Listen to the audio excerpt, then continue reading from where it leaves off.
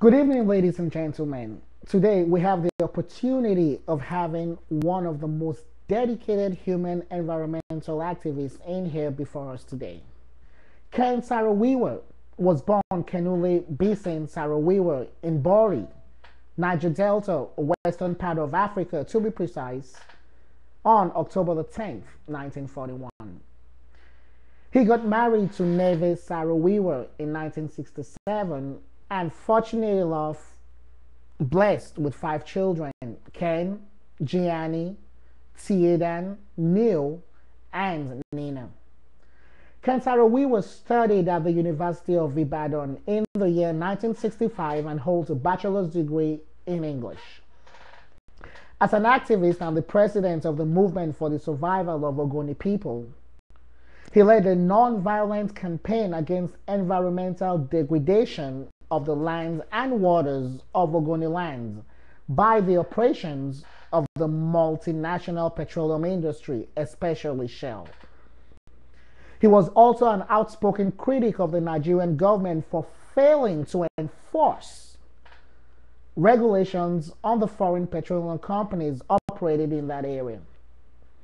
Ladies and gentlemen, we have a man in our midst who campaigned for what Greenpeace considered the most basic human rights, the right to clean air.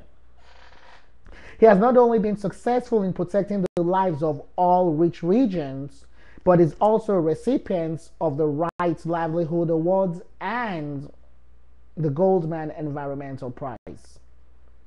As an author, he wrote books which includes Soza Boy, Tambari in Dakuna, Forest Flowers, Songs in Time of War, A Month and a Day, Nigeria in the Brisk of Disaster, and Genocide in Nigeria.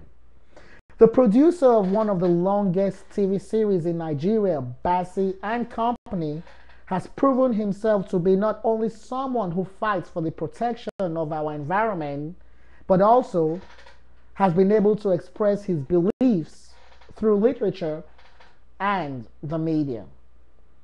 His philosophy being that the children of today are the leaders of tomorrow led to his career as the Commissioner for Education in Rivers State in the early part of the 1970s.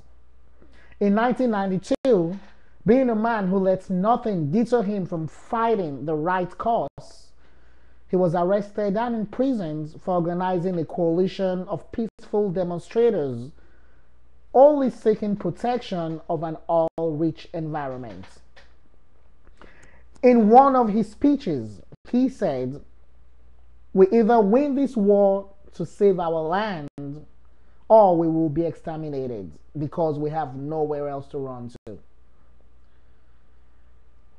Ken-Saro Wiwa, we here in the United States welcome you and are ready to continue with this great journey which you have established. Friends and supporters of this great cause, I thank the Director of Environmental Protection Agency for giving me the honor, the privilege to introduce my friend, mentor, author, activist, and producer to the United States of America. Please join me in welcoming Ken-Saro Wiwa.